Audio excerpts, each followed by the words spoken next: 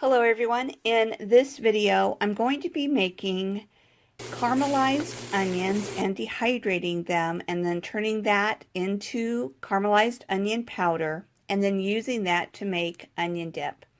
I'm Rebecca from StockingMyPantry.com. Now, in the spirit of wanting to give credit where credit is due, I got this from Quick and Easy Dehydrated Meals in a Bag by Tammy Gangloff. And I'm going to do a slight variation on her recipe for the dip, but she gives the instructions for this, for the caramelized onions. And also, I wasn't real sure how things were going to work, so I wanted to kind of test it out ahead of time. And I've already done half of the amount of onions that it calls for. So I'm going to do half as much as what the recipe actually says, but I'll get into that in just a minute. Okay, now the recipe says to do 2 cups of diced onions with a half of a cup of water. And since I've already done 1 cup of diced onions, I'm going to put a half a cup of onions into this pan, and I'm just going to add a 1/4 of a cup of water to the pan. And let me see, and it says to put it on high heat, so I'm going to do that now. I'm doing an induction burner, so it kind of makes a lot of noise, but let me do the onions with water. Now, if you've ever made caramelized onions, you know that typically, got a little onion peel there I want to get off. Oh, actually, I know what it is. It's actually some of the caramelized onions I already did before. Anyway, if you've ever made caramelized onions before, you know that you typically use a lot of butter. But since this is a dehydrator recipe, the instructions say not to use any butter, not to use even any nonstick spray. So that's why we're doing just water. And we are cooking on high heat. And we're basically just going to keep cooking and stirring until the onions brown. Okay?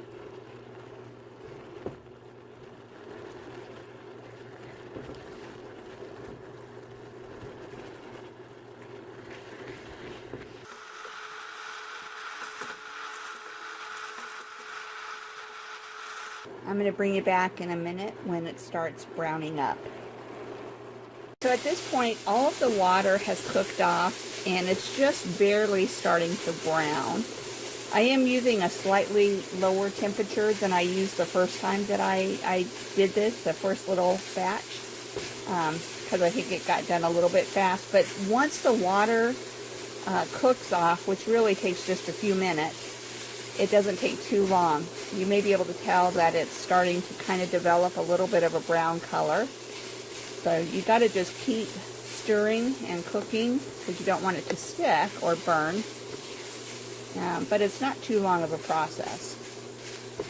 Now, I think that it's pretty obvious that this is not going to have the same flavor that caramelized onions in butter would have. I mean, because obviously butter just really enhances the flavor. But the browning should still give it a good flavor, and then this makes it to where it will dehydrate. So that's why we're doing it this way. I'm going to wait just another minute or so to make sure that every part is well caramelized, because that's a big part of what's going to give it the flavor. Okay, I'm going to call that done. I'm going to turn off the burner, and I'm going to let this cool a little bit before I put it onto the dehydrator tray. I'll bring you back at that in a few minutes. Okay, the onions have now cooled down a little bit, and I've combined them all into this one bowl. And now I'm just going to spread them out onto a dehydrator tray. And with it being the small amount of onions that it is, 1 tray should be sufficient.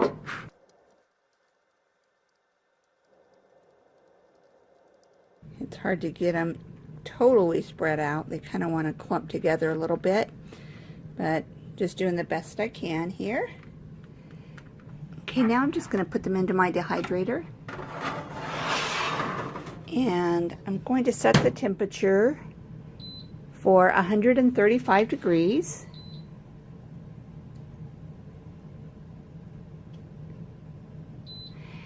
And the time, I'm going to set the time for 12 hours. According to the book, it says between 8 and 12 hours. And normally I start off with the lower time, but I am going to start with the 12 hours because it's evening and I'm going to be going to bed pretty soon, and I have a few things to do first thing in the morning. And I'd prefer not to have the dehydrator stop when things are not dehydrated all the way. So I'm setting it for the full 12 hours, and then I'll check it in the morning. And I'll bring you back then and show you what things look like. And then we'll do the next steps after that. See you in a bit. Hello everyone, it's now the next morning. You can see there's an hour and 27 minutes left. So let's say an hour and a half. And remember, I set it for 12 hours. So that means it's been going for about 10 and a half hours. Let's open it up and see what it looks like.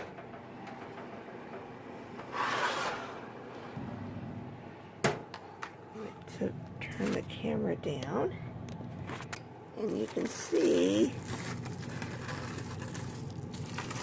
it's pretty crispy. And actually, if I let it sit for a few minutes, it will probably be completely dry, because you know, sometimes the heat makes it feel a little bit soft. So I'm going to just go ahead, and actually I have a few things I have to do, so I'm probably going to go ahead and just leave it in the dehydrator for the remainder of the time. But I do think that it is dry all the way. So what I'm going to do is let it stay in while I'm busy doing some stuff this morning. You can see that there's not a whole lot there. I did have some problem with it sticking on the tray, but there's such a little amount. I did use like a spatula, back of a spatula to scrape some off, but there's such a small amount there, I'm not going to worry about it. But what I want to do now is I'm going to just put it into this jar. This is a pint jar, and obviously it's not going to take up that much space, but I just want to get an idea of how much there is there. And you can tell there's not a whole lot, and yet I kind of expected that because we started with just 2 cups of onions, and obviously stuff shrinks down when dehydrated.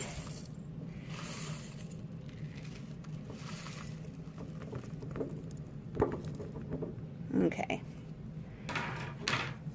and you can see there's hardly any in there. It is probably about 1/4 at the most, 1/4 of a pint, a quarter pint. So, and then it's going to be even less when I powder it. I'm going to powder it now, and then we'll have it to use in the dip, which I will be making and showing you that as well. Okay, to powder it, I've put it into my coffee grinder, which I use for pretty much everything but coffee. Just use it for powdering stuff that I dehydrate and spices and things like that. And I'm just pulsing it.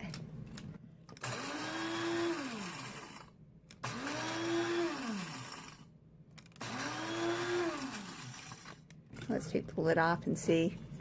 It's not completely powdered yet, so I'm going to just keep doing it.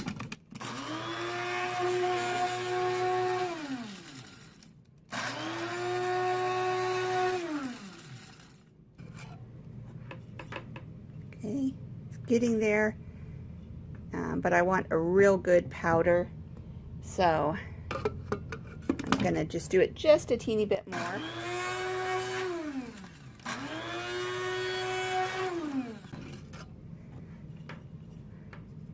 So what I'm going to do now is I have part of it that's powdered and part that's not powdered, so I'm going to run it through a sieve so that I can separate out the parts that are not powdered and put them back in. Just move this to where you can see, and just kind of shake it.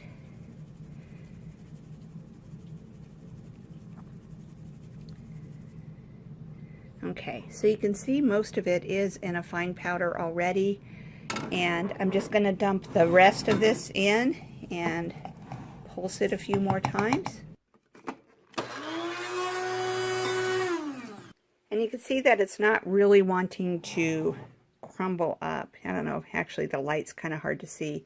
So I actually think that I'm just going to dump all of that in with the fine powdery part.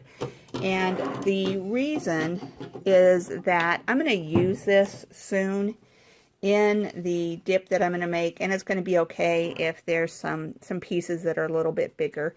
I'll probably end up using this whole thing. I think the recipe calls for just a tablespoon. This is more than a tablespoon, but I'm going to be okay with that because I like a little stronger onion powder. So anyway, the next thing that I'll show you is making the dip. Okay, so it's actually a couple of days later now, and I just did grocery pickup today, so I now have the ingredients that I need to make the dip. I'm initially going to make it exactly as the recipe is written in the book, except I am doing a double recipe. I think it's going to be missing a little something, but I want to make it the way it's written first, do a little taste test, and then I have one ingredient that I'm planning to add. So the recipe calls for 2 ounces of cream cheese. Since I'm doubling the recipe, I am doing 4 ounces, so that is a half of a block of cream cheese. And it's been sitting at room temperature for about an hour or so. So I'm going to start just by blending that up a little bit just to kind of soften it before I add the other ingredients.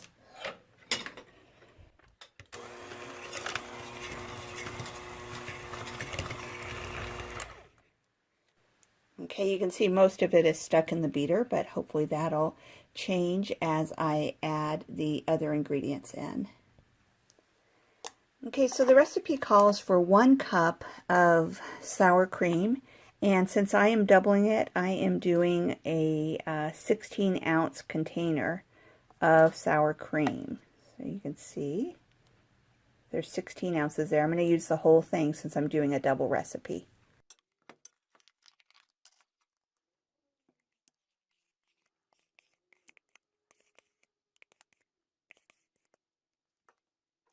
Okay, the other ingredient, there's only 3 ingredients. The third ingredient is the caramelized onion powder that we made. It calls for 1 tablespoon, and this that I did, the 2 cups of onions, it made 2 tablespoons. So I'm just going to dump all of it in. I'm going to dump in the 2 tablespoons. And then we're going to blend it up until it's well blended.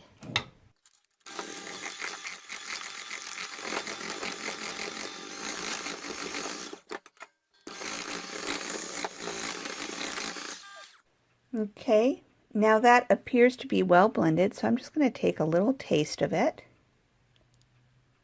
And it does have a good flavor, but one thing that I noticed when I looked at the recipe is that it doesn't have any salt in it.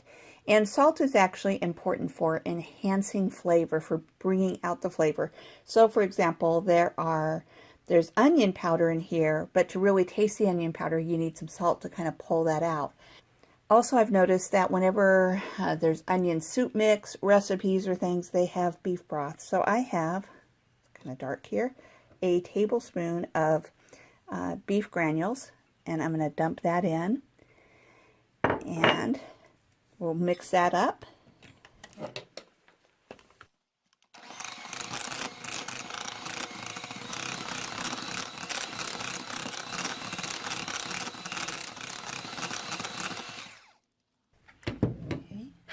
Get a clean spoon so I can taste it. And that did help a lot, but I think I'm going to go run and grab even 1 more ingredient and add to it. I'll be right back. Hold on just a minute. Okay, so it took a minute, but that really actually now with the beef added in the beef granules added in has quite a good flavor.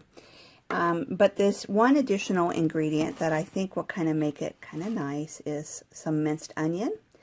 And so I'm going to go ahead and add in, I was going to do a tablespoon, but since the flavor is really coming along, I'm going to put more like half of a tablespoon. And it would actually be really good stopping now. I do think the recipe as it's written without adding in the beef granules is just kind of lacking in flavor. So I would definitely recommend that. And then this is just kind of one optional step to add in, one optional ingredient.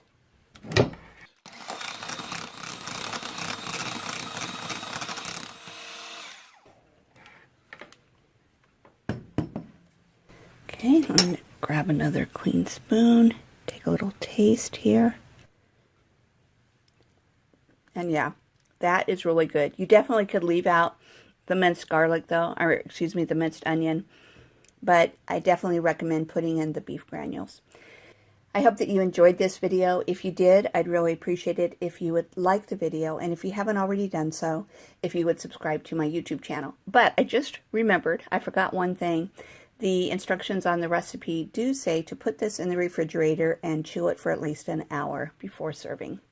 And to serve it with raw vegetables. Personally, we're going to have it with some crackers because that just sounded good to me.